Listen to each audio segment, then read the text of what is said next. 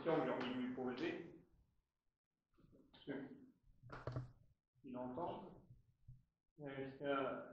Comment on articule justement cette conception du mandat avec le contexte de la crétinisation du peuple par les réseaux sociaux, par également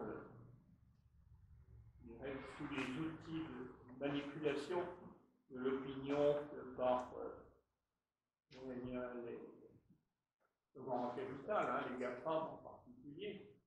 Voilà, ça me paraît être une question lourde. Je n'ai pas de réponse, hein. On a y répondre. De ce point de vue-là, j'entends, Michel, ton point de vue, comme peut-être un début de réponse, c'est-à-dire que ne doit-il pas y avoir une démocratie à plusieurs niveaux, celle qui part du local, territorial, probablement celle qui permet peut-être d'éviter les risques que j'évoquais justement pour la manipulation, hein, des opinions publiques,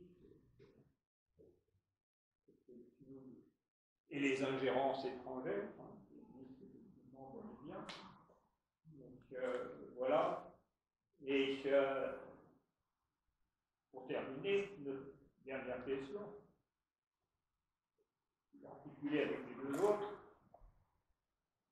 Est-ce que la démocratie, quelle que soit la façon dont on veut l'organiser, notamment dans les propositions qu'on vient d'entendre, que ça ne passe pas primordialement dans la réforme de l'école, de manière à ce que, effectivement, on ait un peuple qui soit, on dirait, éclairé, autonome, libéré de l'emprise de ces malfrats. Il ne faut pas oublier non plus, hein, parce qu'il y a aussi un autre contexte très général qu'il ne faut pas oublier, hein, qui met beaucoup en danger toutes les propositions qu'on peut faire sur la réorganisation, la refondation de la démocratie, que ce soit nationale ou européenne, hein, et qui est quand même l'emprise généralisée dans tout l'Occident, et en France en particulier, de la sphère des intérêts privés sur la sphère des affaires publiques. J'en parle en tant qu'ancien, entre guillemets, haut fonctionnaire,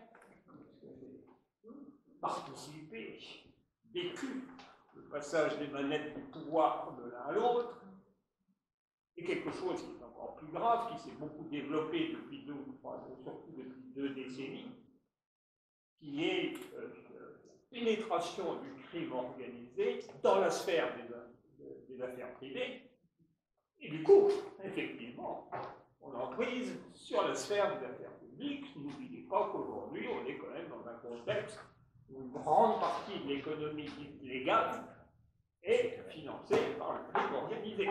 Voilà. Donc, je trouve que la prise en compte de ces facteurs, enfin, est absolument nécessaire quand on veut réfléchir aujourd'hui à la refondation de la démocratie, encore une fois, que ce soit au niveau national ou au niveau européen. C'est très compliqué et je vous dis, il faut une réponse. Merci.